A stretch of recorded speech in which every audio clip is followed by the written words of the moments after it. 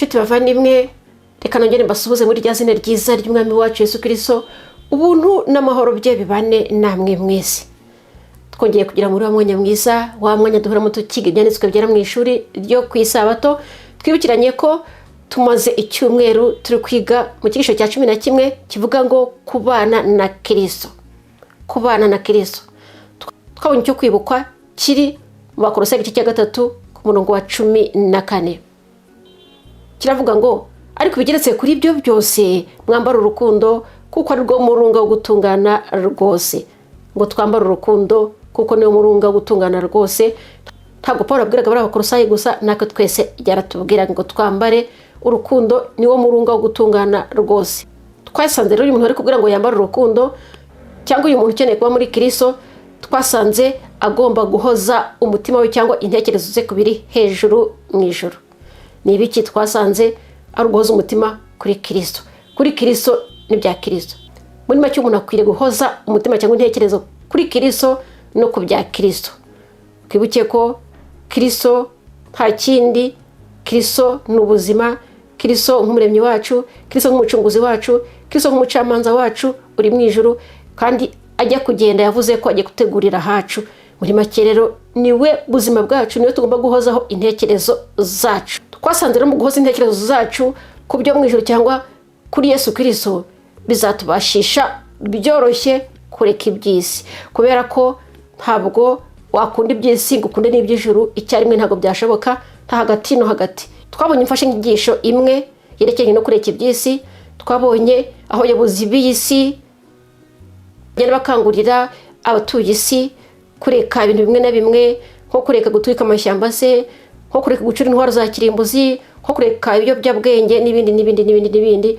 Ariko dusanga aho dakangurira abantu kureka ibyaha. Muri make rero kureka iby'isi bihabanye kure no guhoza intekerezo zacu ku biri hejuru mu ijuru. Twabonye ingingo ivuga ngo kugirwa bashya mu bwenge. Twasanze ko umuntu ni umutana na Kristo, nagira Kristo nyambere muri byose, noneho rero agatungwa n'ibyanditswe byera, bizamwigisha ubwenge, azaba afite ubwenge umuyobora ku gakiza, kandi noneho afite n'ubwenge mu kubaho hano ku isi mu mibanire n'abandi.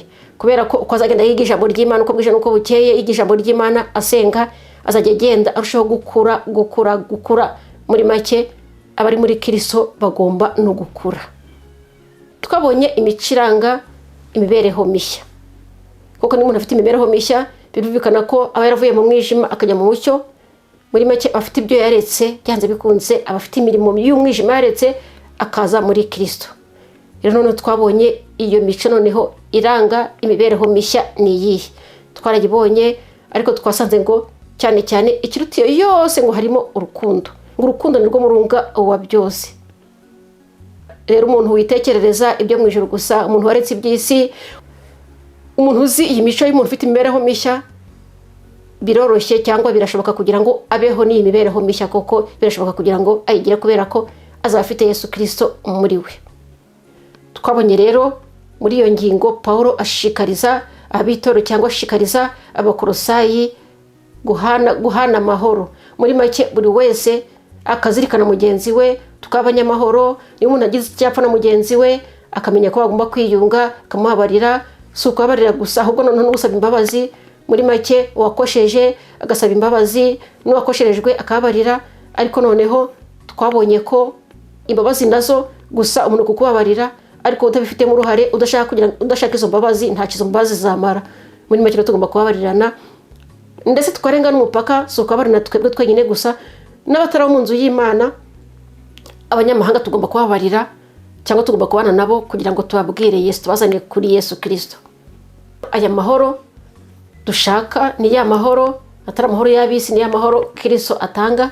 Ntabwo ari ya mahoro y'akanya gatoya, ni amahoro Kristo atanga, kubera ko niwe mahoro yacu. Twasanze rero muri uko kuba bashya tugomba kwiga ijambo ry'Imana, ariko no tukagomba no kurangwa n'amazaburi, duhimbaza Imana, zaburi, ibihangano by'umwuka bitandukanye. Twasanze ko bifite umuti, navuga ku ndwara zimwe na zimwe, nko kubura ibitotsi, nko gutekereza neza.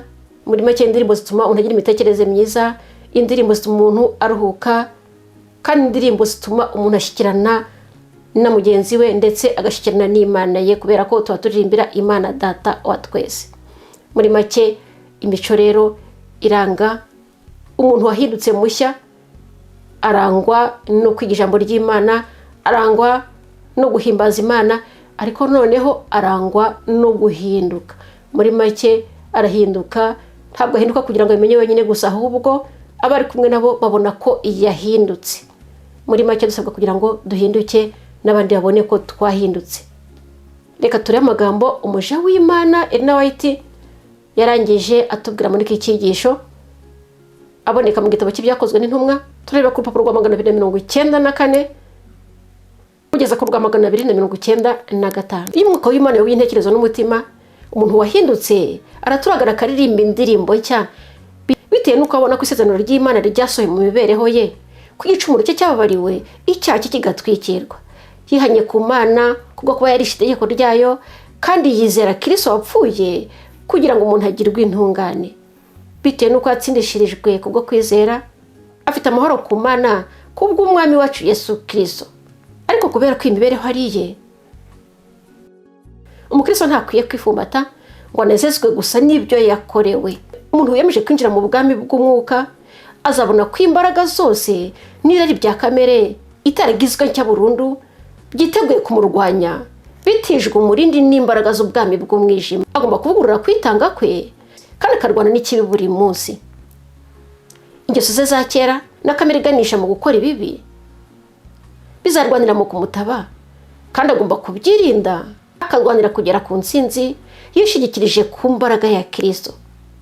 Imbaraga y'imibereho ihanitse iboneye rwose, imibereho yiyubaha, niyo dukeneye cyane. Iby'iyi si bifite umwanya munini mu ntekerezo zacu, ariko ubwami bw'ijuru bwo bufite umwanya muto cyane.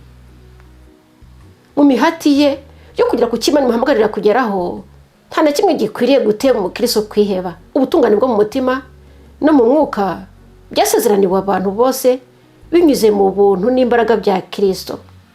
Yesu ni isoko y'imbaraga, isoko y'ubugingo. Ku bwacu yohereza abamarayika bakomeye bo mu ijuru kugira ngo badufashe. Buri ntambwe yose dutera duhabwa imbaraga yikomeye.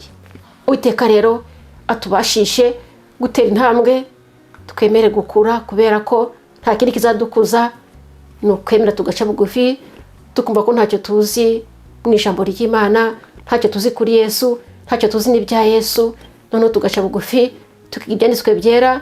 Umwuka wera hari kugira ngo adufashe, abidushoboze, tuzisanga noneho twarahindutse, dufite imico koko y'abahindutse bashya, imico yuri muri Kristo. Data uri mu ijuru, Mana isumba byose kandi menengezo y'ubugingo bwacu, reka tugushimira none ko wakomeje kubana natwe Data wera.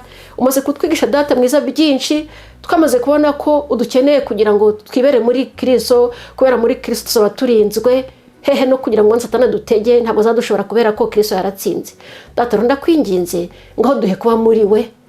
Data wera dutungwe n'ibyanditswe byera, tubigire ibyacu, turangwe n'imico Data mwiza yabifuza kuba bashya, uko bwije nuko bukeye tugende dukura.